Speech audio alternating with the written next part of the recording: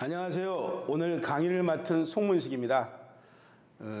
2021년도 동대문구 협치 온라인 기본교육 1강을 열게 돼서 너무 영광이고요. 코로나19만 아니라면 이렇게 눈도 마주치면서 자연스럽게 이야기를 나누면 좋을 텐데요. 그놈의 코로나19 때문에 이렇게 온라인으로 만나게 됐습니다. 그렇지만 몸은 떨어져 있지만 마음은 좀 더 가깝게, 그리고 저의 말들을 조금 더 잘 쉽고 재밌게 전달해 보도록 최대한 노력해 보겠습니다. 오늘 저는 협치란 무엇인가, 그리고 서울시 협치 추진 과정, 자치구 협치의 진화, 좋은 협치란 무엇인가 제가 생각하는, 그리고 그 이후에 우리 동대문구 송규정 협치조정관이 동대문구 협치 현황에 대해서 이야기를 해주실 예정입니다. 협치가 무엇일까요, 선생님들? 우리가 흔히 거버넌스라고 얘기하기도 하는데 보통 협동할 협자를 쓰죠. 협치라고 하는 것들. 그러니까 이제 우리가 얘기하는 관치, 통치 뭐 그런 것들이 아니라 협치를 한다라는 거는 협동을 해서 일을 해결한다라는 것 같습니다. 여러 명이 따로따로 각자 일을 하는 것들이 아니라 힘을 합해서 협동해서 함께 한다는 건데, 무엇을 함께 할까요? 그것은 제가 볼 때는 지역사회 문제 해결이라고 하는 것들을 함께 노력한다. 그럼 누가 누구랑 하는 것이 협치일까? 저기 표에 나와 있는 것처럼 행정과 민간이 하는, 저희는 민간협치, 조금 이따 아마 협치의 다양한 형태들을 좀 말씀드릴 텐데요. 이 협치의 과정에서는 민간, 행정, 기업, 전문가, 의회가 모두 협치의 주체가 될 수 있습니다. 하지만 오늘 제가 말씀드리려고 하는 것들은 행정과 민간이라고 하는 민간 협치에 대해서, 지역사회 문제 해결의 주체인 민간이 함께하는 협동, 협치에 대해서 말씀을 좀 드리려고 합니다. 제 이야기 하나 할까요? 저희 아버님이 좀 젊은 나이에 돌아가셨는데요. 저한테 유언을 딱 두 가지를 남겨주셨습니다. 어떤 걸까요? 하나는 동업하지 말아라. 그리고 두 번째는 보증 쓰지 말아라. 그런데 어떻게 보면 개인과 개인 간에 보증을 쓴다라든지 동업을 한다라는 건 최고의 협동 아닙니까? 그런데 그걸 하지 말라는 이유는 그만큼 협동한다라는 게 어려운 일이다. 행정과 시민이 협동을 하라니 그게 뭐 말처럼 쉽게 되겠습니까? 행정의 입장에서는 누구와 시민의 누구, 그러니까 늘 공무원들 그런 고민들이죠. 어떤 사람이 대표성을 가지고 있지? 라는 고민들. 그래서 누구하고 이야기를 해야 되고 그 자리에 누구를 초대해야 되는지가 늘 고민입니다. 그리고 일단은 초대를 해도 그 초대를 하신 분들이 말은 참 많고, 저도 민간인님께서 이렇게 얘기를 좀 드리는 건데, 이건 뭐 좀 진척이 돼야 되는데 딱히 진척이 되는 것 같지도 않고, 그리고 이게 이제 늘 행정에서 고민하는 부분들은 이것들을 결정하게 되면 이 결정에 따른 책임을 져야 되는데, 그 책임을 과연 민간에서 지울 수 있는가? 그러면서도 요구사항은 엄청 많다. 이런 생각들을 흔히 갖게 됩니다. 그럼 시민의 생각들을 한번 들어볼까요? 내가 먹고 살기도 힘든데 공무원들이 다 알아서 해주면 되는 거지, 굳이 내가 가서 무슨 이야기를 해야 되나? 이것이 뭐 돈이 나오는 것도 아니고 내 시간들을 소비해야 되는데 과연 의미가 있을까라는 생각들. 그렇지만 또 그래도 내가 조금 그런 것들을 통해서 우리 동네가 좀 잘 살 수 있으면, 우리 동대문구가 좀 잘 살 수 있으면 좋지 않을까라는 생각들 때문에 참여를 하게 되는 거죠. 그런데 참여를 하고 나면 행정에서는 이렇게 생각합니다. 협치라고 하는 것들을 정보도 주고 그리고 자문회의도 했는데 이것이 협치가 아니라고 생각하는 부분들이 있고요. 시민의 입장, 주민의 입장에서 보면 불러서 그냥 이야기만 듣는 게 아니라 계획도 같이 짜고 집행도 함께 하고, 집행이 끝나면 결과가 어떻게 됐는지 평가까지 하는 것이 협치라고 이렇게 목소리를 내더라고요. 민간과 행정이 어디까지가 협치일까라고 하는 문제인데요. 그것은 결국은 참여와 권한의 문제라고 저는 생각합니다. 여기 협치라고 하는 것들에 대한 5단계입니다. 처음에는 참여하지 않죠. 보통의 시민들. 저 같은 경우도 내 먹고 살기도 힘든데 동대문구청에서 전농동에서 무슨 일을 하는지 큰 관심을 갖지 않습니다. 그리고 만약에 참여를 하더라도 정보 전달을 받는 명목적인 참여, 형식적인 참여로 지나치지 않게 됐는데요. 그 단계를 지나게 되면 이제 적극적 참여의 단계로 들어간다. 위에 있는 표를 보면 자세히 나와 있습니다. 첫 번째는 정보 제공을 하게 되죠. 동대문구에 중요한 사항이 있을 때 이제 그 사안을 가지고 주민 설명회라든지 공청회를 하는 것들입니다. 그리고 필요하게 되면 설문조사도. 그래서 일상적으로 지금은 자치구에서 이루어지고 있죠. 그래서 어떤 자치구에서는 마포 1번가라든지 영등포 1번가라든지 그런 것처럼 일상적으로 주민들의 의견을 청취하는 장치들을 두고 있습니다. 그렇게 해서 정보 제공이라든지 협의 과제를 상당 수준으로 추진하고 있다. 이제 그 협의의 단계를 넘어가게 되면 개입이라고 하는 단계로 들어가게 되는데요. 조금 더 밀착된 단계가 되는 거죠. 토론회라고 하는 것은 어떤 주제에 관련해서 찬성이 있을 수 있고 반대가 있을 수 있고 그 과정에서 이야기를 들어보고 또 주민들의 생각들이 어떤지에 대한 것들을 들어보는 것들. 그리고 원탁회의라고 하는 것들, 그래서 우리가 타운홀 미팅이라고 하는데 작은 단위로 주민들의 목소리들을 반영하는 것들, 그것이 이제 개입인 것이죠. 그리고 우리 청책 토론회라든지 현장 시장실 같은 경우 직접 구청장이라든지 시장이 나가서 주민들이 그 사안에 관련해서 어떻게 생각을 하고 있는지 또 어떻게 과정들을 밟아야 되는지에 대한 의견들을 듣고 그것을 정책에 반영한다. 그 네 번째 단계로 협업이라고 하는 단계로 들어가게 됩니다. 그래서 그 정책들을 결정하는 것을 민간의 역할은 어떤 것, 그리고 행정의 역할은 어떤 것인지들이 역할을 나누고 그것들 어떤 과정을 거쳐서 실행을 하는 것들, 그리고 실행에 들어갈 때는 이제 권한이 부여돼야 되겠죠. 그래서 협업 수준이 강화되는 단계, 그리고 이것들이 5가지 단계를 가는 것들인데요. 그냥 의견을 듣는 정도, 들어주는 것들이 아니라 실제 행정의 집행을 원활하게 하기 위해서 그것들의 과정들을 거친다라고 보시게 됩니다.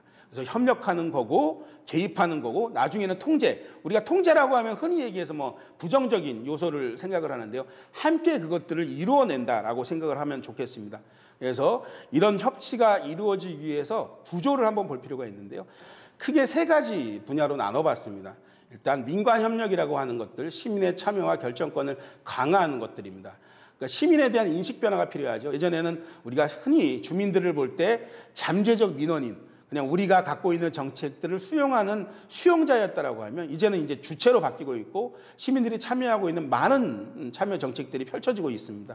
그리고 그냥 일방적인 소비자가 아니라 그것들을 같이 함께 정책들을 만들어 나가는 생산자예요. 그래서 시대적으로 그것들을 이끌어 나갈 수 있는 선도적 협치가 되기 위해서는 민관이 협력해야 된다. 그래서 일반 시민의 참여가 촉진돼야 된다라고 하는 부분들을 말씀드릴 수가 있고요. 또 우리가 이것들이 잘 되기 위해서는 관간의 협력이 필요합니다. 예를 들어서 우리가 흔히 행정의 여러 가지 문제점 중에 행정 칸막이라고 하는 이야기들을 하는데요.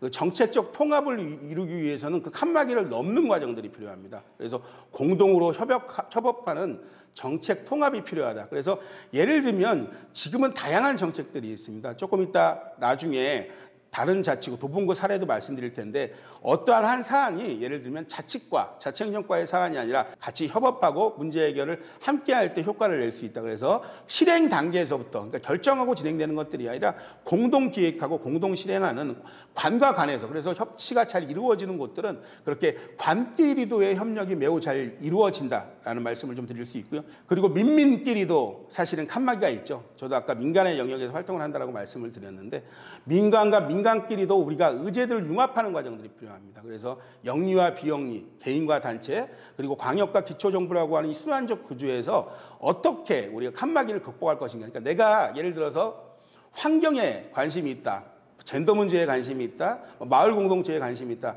사회적 경제에 관심이 있을 수는 있지만 그것이 그 안에서 해결할 수 없는 상황이다. 그것들은 같이 고민하고 해결의 방안을 만들어낼 때 효과성이 있다. 그것이 말씀드린 대로 협치를 하고자 하는 저희의 이유입니다. 그래서 그런 과정들을 통해서 상호 간의 촉진과 자극을 확대해서 협치로 나아가는 것들이 협치의 당사자, 주체와 영역으로서의 역할이 아닐까 생각해 봅니다.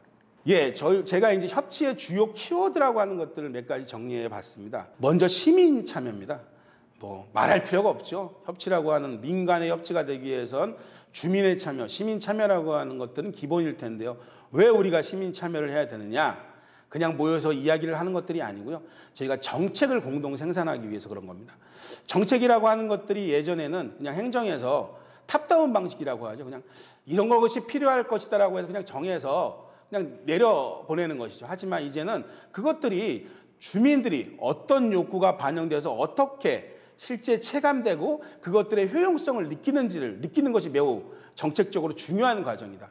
그리고 그 정책을 만드는 것들, 수혜자인 동시에 소비자인 주민들의 생각이 매우 중요하다는 것들이 있는데 그것이 생각으로 끝나는 것들이 아니라 정책의 결정 과정. 예전에는 그냥 의견을 받는 정도로 끝났다라고 하면 실제 정책을 만드는 데까지 개입을 한다. 그리고 통제를 한다. 이런 부분들을 아까 쭉 말씀드렸는데 공동 생산을 정책적으로 한다라는 말씀을 좀 드릴 수가 있고요. 이 공동 생산자가 우리가 흔히 얘기하는 소비와 생산을 같이 하는 사람들을 프로슈머라고 하는데, 그 프로슈머, 공동생산의 지평을 넓히는 곳은 어디냐? 그것은 로컬이라고 하는 것들. 예를 들면 우리가 동대문구, 내가 살고 있는 전농동, 또 조금 더 들어가면 우리 골목일 수도 있고 우리 빌라일 수도 있는 거죠. 체감될 수 있는 정책들이 조금 더 촘촘하고 낮아질수록 훨씬 더 효용감이 높다라는 것들은 계속 연구적으로도 나오는 부분들이거든요. 그래서 이것들이 로컬 안에서 이루어지는 것들이 매우 중요하다.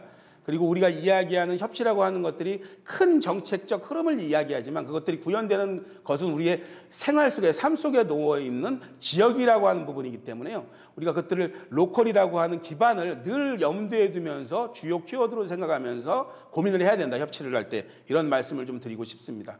그리고 로컬이라고 하는 부분들이 이제 지역 안에서 이루어지기 위해서, 건강하게 이루어지기 위해서는 신뢰와 안심이라고 하는 부분들, 우리가 친밀권이라고 얘기하는데요. 예를 들어 우리가 우리 동네에 작은 도서관이 있다. 저는 그 작은 도서관이 일반 공공도서관처럼 책만 빌려주는 공간은 아닐 거라고 생각합니다. 거기에는 우리 아이를 편안하게 맡길 수 있는, 잠깐 맡길 수 있는 공간이도 되고, 거기에서 지역 주민들과 함께 동네 이야기를 할 수도 있고 삶의 이야기를 할 수도 있고, 우리 동네에서 그런 커뮤니티들이 많을 때 협치라고 하는 것들이 조금 더 활성화되고 우리가 바라는 방향의 지역사회 문제 해결이라고 하는 부분이 더 활성화되면서 해결할 수 있다. 이런 말씀을 좀 드리고 싶습니다. 예. 지금 말씀드린 것처럼 첫 번째, 제가 4가지 키워드를 말씀드렸는데요. 시민 참여라고 하는 것, 협치에서 중요한 시민 참여라고 하는 부분들. 그래서 시민 참여는 종국적으로는 그냥 참여를, 머리를 채워주는 것들이 아니라 내가 시민으로서 갖고 있는 권리와 책임을 다하기 위해서 이렇게 우리가 온라인 강의도 좀 듣고 지역사회의 어떤 행사라든지 협치와 관련된 분과라든지 또 자치회라든지 내가 참여할 수 있는 부분에 함께 참여하는 것들의 기반이 돼야 되는 것들이고요. 그런 시민 참여를 행정에서는 공동 생산자, 우리가 정책을 만들어 나가는 주체, 협치의 당사자인 민간의 입장이라고 생각을 하면서 정책을 같이 만들어 나간다라고 하는 것들이 협치의 키워드. 또 그것은 우리의 지역에서 이루어진다라고 하는 부분들, 로컬이라고 하는 부분들, 그것들이 또 잘 되기 위해서는 다양한 커뮤니티들이 지역 안에서 만들어줘야 되고 그런 것들을 지원하는 것들이 협치의 중요한 요소다. 이렇게 주요 키워드 4가지를 말씀드렸고요. 이 부분은 꼭 고민해 보시면, 생각을 해 두시면 좋을 것 같습니다. 예, 그 서울시 협치 추진 과정에 대해서 좀 말씀드릴 건데요. 굳이 내가 왜 서울시 협치까지 알아야 되나라고 생각하시지만, 어떤 정책이라고 하는 것들은 그 정책의 목적, 이런 것들이 좀 있잖아요. 협치라고 하는 것들이 사실은 서울시에서 출발을 했습니다. 이제 서울시정에서는 혁신과 협치를 시정의 양날개다라고 이렇게 선언을 했고, 시정 기조를 채택하면서 그것들을 자치구에 함께 하자라고 하는 이야기들을 했던 거죠. 서울시에서 협치를 처음에 추진할 때 시정협치라고 하는 부분들, 예를 들면 시정의 영역을 다룬 부분들이 있고요. 지역협치라고 하는 자치구와의 협치가 매우 중요한 요소였다. 이런 말씀을 드리면서 이야기를 시작해 보겠습니다. 예, 공공 서비스, 아까 계속 공동 생산이라는 말씀드렸잖아요. 그러니까 이제 공공 서비스라고 하는 것들, 우리가 흔히 얘기하는 정책, 우리가 받는 서비스를 공공 서비스라고 하는데요. 협치를 크게 3가지로 분류를 합니다. 저희가 정리를 할 때 흔히 우리가 기업에서 얘기하는 협치가 있습니다. 우리 동네, 아마 동대문에도 있을 텐데 국수나무라고 하는 체인점 보셨을 거예요. 분식집. 그게 협동조합입니다. 원래 해피브릿지라고 하는 곳에 사장님이 혼자 계셨는데 노동자들한테 주식을 나눠주다가 결국은 그 협동조합으로 전환을 했습니다. 그래서 그 기업 경영의 주주, 그것들이 누구로 구성되어 있는가. 예를 들면 서울시 같은 경우도 공공기관의 인원이 몇백 명이 넘는 경우에는 노동이사제 같은 걸 두거든요. 그런 것처럼 그것들이 이제 기업 안에서 이루어지는 협치. 그리고 우리가 잘 되지 않는 영역이죠. 정치에서 얘기하는 협치라고 하는 것들인데, 다른 정당이 어떤 것들의 제휴와 연합들을 하는 건데 그런 것들이 없던 것은 아니었습니다. 예전에 경기도지사의 남경필 지사 같은 경우가 부지사 자리를 민주당에 내놔서 같이 협치를 했던 경험들도 있고요. 오늘 우리가 얘기하고 있는 것들이 이제 공공 서비스, 민관 협치, 시민과 행정의 협치를 얘기하는 건데, 공동 생산, 아까 말씀드린 것처럼 저기 밑에 나와 있는 게 이제 우리가 흔히 자판기 정부라고 얘기하는 것들인데요. 예전에 정부의 정책이라고 하는 건 한정된 자판기에서 뽑아 먹을 수 있는 것도 정리가 돼 있다. 그러니까 욕구가 이렇게 시민들의 욕구에 맞추어서 정책들이 개발되지 못했다라고 하는 것들 우리가 흔히 자판기 정부라고 하는데 그 과정을 거치면서 이제 2010년도 이후에 다양하게 민선으로 접어들면서 민선 단체장들이 시민들의 욕구들을 정책적으로 반영하는 것들이 매우 필요하겠다라고 하는 흐름들을 보시면 될 것 같습니다. 그래서 중간 지원 조직도 만들어지게 되고 우리가 흔히 얘기하는 혁신 정책들을 통해서 협치라고 하는 것들이 대두되고 있다라는 것들을 볼 수 있습니다. 예, 협치의 필수 조건 시민의 참여 밑줄 쫙 아까 시민 참여 키워드도 얘기 드렸죠. 우리가 이제 협치 얘기하면 최근 들어서 그런 거 아니야?라고 했지만 늘 그 고민은 행정에서 했던 것 같습니다. 제가 재밌자고 한번 가져온 사진인데요. 1966년도 제가 69년생이니까 저보다 먼저 참여를 했는데 서울시 아이디어 뱅크라고 하는 저 앞에 공무원이 시민의 목소리를 반영하는 아이디어 뱅크라는 것들을 운영했다라는 것들을 볼 수가 있고 시대적 흐름이다라는 말씀을 좀 드리고 싶습니다. 예. 그리고 이제 협치가 확대되는 이유들 몇 가지 사례들 말씀드릴 수 있는데요. 아까 혁신 정책이라고 하는 것들, 이제 민선으로 들어가면서 시민들과 함께하겠다, 정책들을 공동 생산하겠다, 또 그런 정책의 과정에서 시민들의 참여를 높이겠다라고 하는 것들의 혁신 정책들이 들어오게 되는데 여기 나와 있는 것처럼 마을 공동체, 도시재생, 사회적 경제, 청년 정책, 원전 하나 줄이기, 공원 녹지 조성 같은 경우 지역사회 복지 이런 것들도 다 시민의 참여 그리고 그것들이 거버넌스를 통해서 이루어질 때 그래서 정책의 결정 과정과 실행 과정에서 시민들이 적극적으로 참여할 때 효과가 있다. 그래서 협치가 계속 어떤 기조로 확대되는 과정들이라는 것들을 볼 수가 있습니다. 이게 이제 저희가 2017년도에 그 협치 서울 시민대회에서 선정한 시민들의 의견입니다. 그러니까 협치를 할 때 걸림돌이 무엇이냐, 디딤돌이 무엇이냐라는 걸 한번 조사를 해본 건데요. 걸림돌을 한번 볼까요?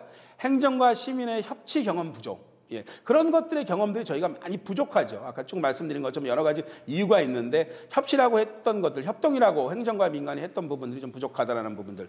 그리고 정책 집행 과정에서의 권한과 책임의 불균형. 예를 들어서 정책을 집행할 때 누가 권한을 행사하느냐, 책임을 갖느냐 그런 것들의 불균형이 있다. 그리고 제도라고 하는 것들, 기존의 협력 제도라고 하는 것들이 시민을 그냥 딜러리 시키는 제도였다라는 평가들입니다. 이것들이 일종의 협치의 걸림돌이었다라고 하면 그럼 협치의 디딤돌은 어떤 것이 있을까? 소통이 잘 되는 공무원과 시민들이 예전과 다르게는 증가를 하고 있다. 그리고 지역 및 사회 문제 공론장 형성을 할 수 있는 기반들이 아까 혁신 정책도 말씀드렸는데요. 예, 그런 것들이 있고 다양한 시민 주체가 등장했다. 아까 마을 공동체만 하더라도 지난 9년 동안 수십만 명의 주민과 시민들이 등장을 했고 우리가 지역사회 안에서 다양한 주민참여예산이라든지 주민자치회라든지 여러 가지 활동들을 통해서 계속 시민들이 등장하고 있고 그 시민들의 욕구에 의해서 열린 행정이라고 하는 것들이 계속 구현되고 있다는 것들. 이것들이 어떻게 보면 앞으로 우리가 협치로 나갈 때 디딤돌이 될 수 있지 않을까라고 하는 이야기들을 나눠봤습니다. 디딤돌을 넘기 위해서는 참여에서 권한으로라고 하는 것들 나와 있죠. 소통에서 협력으로 참여에서 권한으로 가는 것들이 우리의 협치에서 매우 중요한 요소다. 그렇게 해서 협치라고 하는 것들은 사업이 아닌 행정의 문화를 바꾸는 것이다. 그렇게 되기 위해서는 인식, 우리가 생각하고 있는 생각들을 조금 바꿀 필요가 있는데 그러기 위해서는 배워야 한다. 그래서 협치학교 같은 걸 통해서 공무원도 배우고 민간도 배우고 함께 배우고 이런 과정을 협치학교를 통해서 이루어내는 것들이고요. 지금 이렇게 제가 녹화를 하는 이 과정도 동대문구에서 그런 행정문화를 만들기 위해서 아카데미 같은 것들을 개최하는 것들이죠. 그리고 두 번째는 지속적인 평가 보상이 필요하다. 이런 얘기는 무슨 얘기냐면 저희가 협치를 할 때 그것들이 그냥 의무로 하는 것들이 아니라 그것을 평가를 하고 적절한 보상이 행정 안에서도 이루어져야 된다. 민간 안에서도 이루어져야 그것들이 촉진할 수 있다. 그것을 기반을 만들 수 있다는 얘기입니다. 그것이 되기 위해서는 우리가 하는 일들에 대한 평가 그리고 모니터링을 상시적으로 할 수 있는 것들이 필요하다라는 것들이고요. 제도적 정비가 필요하다. 제도 개선인데 우리가 제도라고 하는 것들은 조례 개정이라든지 조례의 제정이나 개정들을 통해서 아까 말씀드렸던 협치에 대한 인식 개선, 지속적인 평가 보상 그리고 우리가 할 수 있는 여러 가지의 활동들을 법률적으로 보장해서 가능하게 하는 것들 그런 제도 개선이 필요하다라는 것들이 이제 기반 조성에 매우 중요한 요소라는 걸 좀 말씀드릴 수가 있고요. 예. 그리고 협치 기반 조성에서는 협치 인식 개선하고 협치의 문화를 형성하고 협치 제도 구축 아까 단계적이라고 하는 것들이 있잖아요. 경험하고 한 번만 그런 것이 아니라 일상적으로 우리가 협동한다. 민간이 협치한다라는 것들이 제도화시키고 그것이 위에 나와 있는 것처럼 해석과 격려, 공유와 보상이라고 하는 촉진제를 통해서 진행이 가능하다. 그래서 기존의 성과평가와 새로운 역량을 통합적 성과관리를 통해서 체계를 구축하자. 그러기 위해서는 협치에 대한 평가 모델 같은 것들을 지속적으로 개발해야 된다. 행정에서 동대문구청에서 이런 일들을 할 때 어떻게 평가를 할 것인가, 협치적 요소는 어떻게 친화적으로 반영되었는가, 이런 것들을 제도적으로 마련해야 된다는 말씀입니다. 예, 이렇게 협치 기반 조성, 서울시 협치 추진 과정에서의 사례들, 경험, 관행화, 제도화라고 하는 부분들의 요소들을 봤고요. 다음에는 그러면 제가 말씀드린 공공 서비스가 왜 협치로 실행되는가에 대해서 좀 이야기를 나눠보도록 하겠습니다. 예, 아까 협치를 하는 이유 말씀드렸잖아요. 우리가 흔히 얘기하는 공공 서비스라고 하는 것들을 협치로 할 때 더 많은 효과가 난다라는 이야기를 드렸는데요. 그런 사례들 좀 이야기 드리려고 합니다. 저기 왼쪽에 계신 분이 엘리너 오스트롬이라고 하는 분인데요. 2009년도에 최초로, 여성으로서 최초로 노벨 경제학상을 수상합니다. 공유지의 비극을 넘어서라고 하는 연구를 했는데요. 공유지라고 하는 것들은 함께 쓰는 공간들이 결국은 국가가 통제하거나 사적 영역으로 두지 않으면 다 망가지더라. 한 사람이 독점하게 되더라고 하는 게 공유지의 비극입니다. 그런데 엘리너 오스트롬 과연 그럴까? 우리가 서로 협력하고 협동하고 하면 다른 방법이 있지 않을까라고 하는 공유지의 비극을 넘어서라고 하는 연구를 통해서 상을 받게 되는데요. 세계의 다양한 협동을 통해서 이루어지는 것들에 대한 사례들을 보여주고 있는데, 많은 공공 서비스의 경우 흔히 생각하는 것처럼 행정은 공공 서비스를 일방적으로 제공하고 시민은 그냥 단지 수동적으로 서비스를 수혜를 받는 것들이 실제 아닐 수 있다. 그 예로 치안이라고 하는 문제라는 것들도 아무리 치안력이 좋아도 그것들의 효과를 발휘하기 위해서는 경찰이나 공무원만으로는 되지 않는다. 실제 그 공공 서비스의 수혜자인 동네 주민들의 신고 정신, 그리고 그들이 스스로 우리 동네를 우리가 자율방범이라고 하죠. 그런 활동들이 함께 할 때 효과가 높다라는 사례들.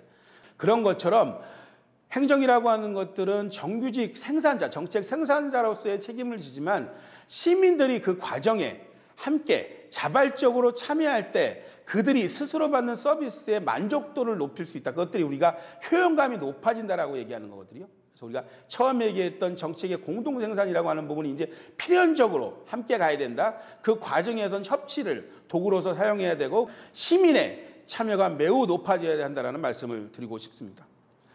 예, 사례입니다. 덴마크 하면 아마 풍력 발전에 대한 것들 많이 보셨을 거예요. 그런데 여기 풍력 발전의 천국 덴마크는 왜 민원이 없는가라고 하는 부분들. 태양광이다 뭐다 많이 하잖아요. 그냥 나무 깎아서 지어가지고 막 홍수 났을 때 그냥 산이 매몰되기도 하고 산사태가 나기도 하고, 그리고 이제 그 비용에 대한 것들 막 일방적으로 추진하다 보면 주민들의 반발도 있게 되고 여러 가지 문제들이 발생되는데, 덴마크는 왜 그런 게 없을까? 한번 저희가 연구를 해봤습니다. 해봤더니 몇 가지 원칙이 있더라. 첫째, 예를 들면 발전소를 할 때 지역의 관계자들이 50% 이상을 소유하는 형태를 지킨다. 그러니까 이것이 지역의 소유권을 갖는다라는 원칙 하나. 두 번째, 도시에 기반을 둔 IT 업자나 설치업자가 참여해도 의사결정에 지역 주민의 의견을 반영해야 된다. 예를 들면 업체들이 그것들의 과정에 참여를 한다 하더라도 의사결정 과정에는 지역 주민들의 의견을 꼭 반영해야 된다라고 하는 원칙 하나, 하는 것들을 좀 볼 수가 있고요. 홈쉐어링이라고 하는 것들인데요. 자치단체에서 고민들이 있는 거죠. 하나의 고민은 우리 이제 연세가 많으신 어르신들이 혼자 사시는 어르신들, 예를 들어 고독사 같은 것들이 사회 문제가 되잖아요. 이런 분들은 어떻게 케어해야 될까, 관리해야 될까라는 고민이 하나 있고요. 지방에서 대학을 진학하는 학생, 아마 이제 여기가 이제 관내에 대학이 있는 지역들 같은데, 이제 그렇게 되면 그 청년들 같은 경우에는 가장 큰 문제가 주거의 문제잖아요. 주거라고 하는 것들이 뭐 돈을 많이 주면 좋은 데 살 수 있지만 형편이 적당하게 적정의 임대료를 주면서 쾌적하게 살 수 있는 걸 찾다 보니까 청년의 그런 어떤 주거의 문제, 그리고 어르신들의 고독사라든지 혼자 사시는 문제를 같이 엮으면 두 마리의 토끼를 잡을 수 있다. 이것이 이제 홈쉐어링입니다. 그렇게 해서 집을 가지고 계신 분은, 어르신은 방을 주고 청년은 거기에 들어와서 같이 사는 건데요. 이게 이제 그냥 일방적으로 추진하다 보니까 여러 가지 문제점이 발생되는 겁니다. 예를 들어 저는 늦게 자고 늦게 일어나는 스타일인데, 같이 사는 어르신은 예를 들면 빨리 주무시고 빨리 일어나서 제가 일주일에 한 번씩 마당을 쓸어야 되고 청소도 같이 해야 된다고 하면 제가 혹시 그 어르신과 살 수 있을까요? 살 수가 없겠죠. 그런 것처럼 사실은 같이 산다라고 하는 것들은 생활 습관이라든지 여러 가지가 맞았을 때 가능한 이야기입니다. 그래서 프랑스 사례라고 되어 있는 것처럼 자치구 대신에 프랑스는 이런 유사한 사업들이 있는데 비영리 단체가 매칭을 하는 과정들 합니다. 그래서 어르신한테도 비용을 조금 받고 청년에게도 비용을 조금 받아서 라이프 스타일이 그 생활 습관이라든지 또 삶의 방식이라든지 여러 가지를 인터뷰를 해서 매칭되는 사례들을 맞추어 주는 겁니다. 그래서 좀 비슷한 생각과 비슷한 생활의 습관을 갖는 분들과 어르신과 청년을 맞추어 주는 겁니다. 그래서 좀 좋은 취지지만 실제 그것들이 활성화되지 않는 요인들, 그래서 취지만 좋다고 그것이 이루어지지 않는다, 이야기를 좀 드리고 싶어서 말씀드렸습니다. 자치구로 좀 내려오게 되고요. 자치구에서 동으로 좀 내려오게 되죠. 저기 보면 돌봄, 재생 뭐 이런 것들이 있는데 커뮤니티 빌딩, 커뮤니티 케어라고 하는데 2019년도에 중곡동 같은 경우, 광진구 중곡동 같은 경우에 예를 들면 잠깐 3명이 모여서 협약을 맺었습니다. 로컬을, 지역을 기반으로 한 커뮤니티 케어를 하겠다. 건설교통부는 도시재생을 하고 있으니까 그런 것들을 지원하는 장을 만들고, 행정안전부 같은 경우는 주민자치활동을 하고 계시니까 주민자치가 그런 역할들을 하는 거고, 보건복지부는 돌봄이라고 하는 부분들, 의료라고 하는 부분들, 이런 것들을 함께 복지라고 하는 부분을 녹여내서 이제는 그런 작은 단위로 이루어진다, 사업들이. 그러니까 우리 동네, 우리 동에 그런 협치적 구조라고 하는 것들이 잘 만들어질 때 저런 사업들도 잘 이루어낼 수 있다. 그런 방향으로 이제 정책적 흐름이 갈 것이다 라는 말씀을 좀 드리고 싶습니다. 예, 여기 나와 있는 거죠. 그래서 커뮤니티 기반의 공공서비스의 필수적 전제는 행정과 주민의 협력이 필요하다. 복지혁신, 자치행정의 행정혁신, 교육혁신, 다양한 구조들이 우리 지역 안에 있는데요. 그것들을 기반으로 공공서비스를 만들어내게 되고, 이제 마을 일자리, 마을 일거리, 우리가 여러 가지 그것들이 잘 이루어지기 위해서는 협치라고 하는 것들, 민과 간이 정책의 공동 생산과 서비스의 공동 제공이라고 하는 부분들이 협력적으로 이루어져야 된다. 그래서 협치라고 하는 것들은 매우 중요한 요소라고 말씀을 좀 드리고 싶습니다. 그리고 제가 이제 영상을 하나 볼 건데요. 혁신 정책은 시민의 등장을 촉진시켰고, 협치는 시장이 갖고 있는 권한을 시민에게 다시 돌려주는 과정이었다고 생각하는데요. 그 과정에서 2017년도부터 서울협치추진단을 만들고 민선 7기에 들어가면서 서울민주주의라고 하는, 민주주의위원회라고 하는 합의제 행정기구를 만들었습니다. 그래서 시민의 참여, 협치, 주민자치, 마을공동체, 혁신적인 이런 정책들이 잘 될 수 있도록 그 서울민주주의위원회를 만들었는데, 그것들이 어떤 거지? 라고 하는 것들을 소개하는 영상인데요. 함께 보시도록 하겠습니다. 민주주의가 왜 필요하다고? 헌법 제1조 1. 대한민국은 민주공화국이다. 2. 대한민국의 주권은 국민에게 있고 모든 권력은 국민으로부터 나온다. 우리는 민주주의 국가에서 살고 있습니다. 민주주의란 국가의 주권이 국민에게 있고 국민을 위하여 정치를 행하는 제도 또는 그러한 정치를 지향하는 사상이라고 정의됩니다. 이런 식의 정의는 정치인에게나 적용될 것 같고 막연한 거리감마저 들고 체감이 쉽게 되지 않기도 하는데요. 하지만 민주주의는 우리 옆에 일상 곳곳에서 적용되고 있습니다. 그동안 서울시는 시민이 시장이다, 현장에 답이 있다는 원칙 아래 청책, 현장 시장실 등 시민과 함께하는 다양한 민주주의 실험을 이어왔습니다.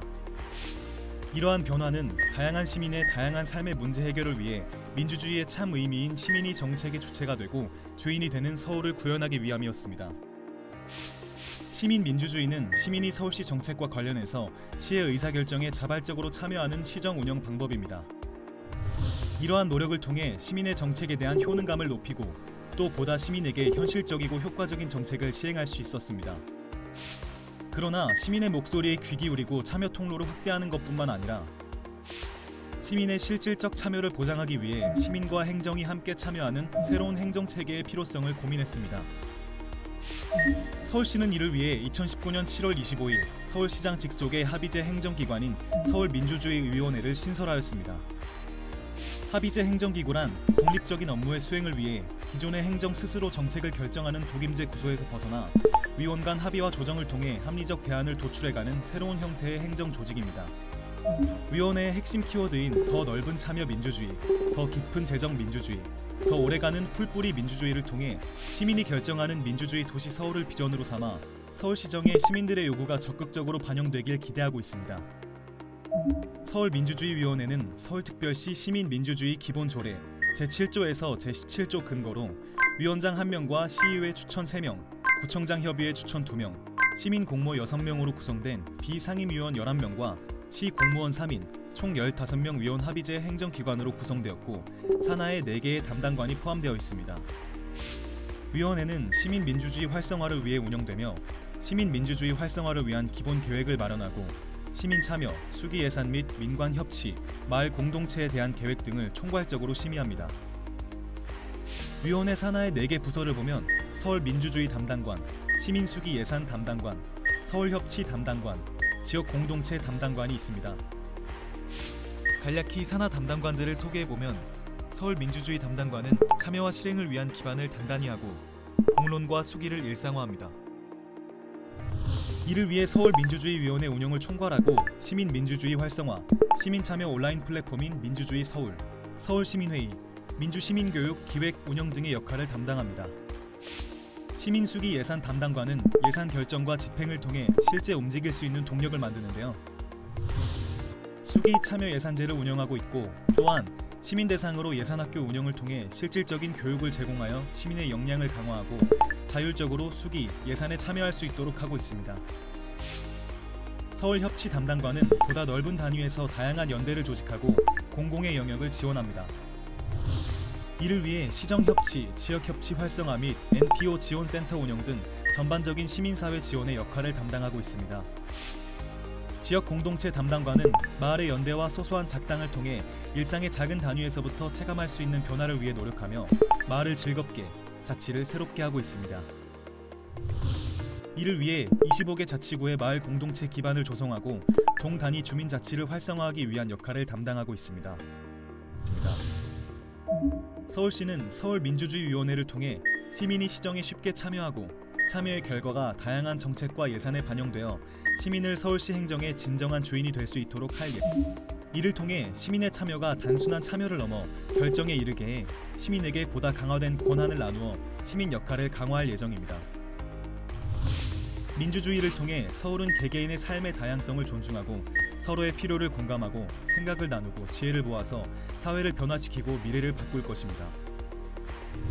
시민이 결정하는 민주주의 도시를 함께 만들어주세요.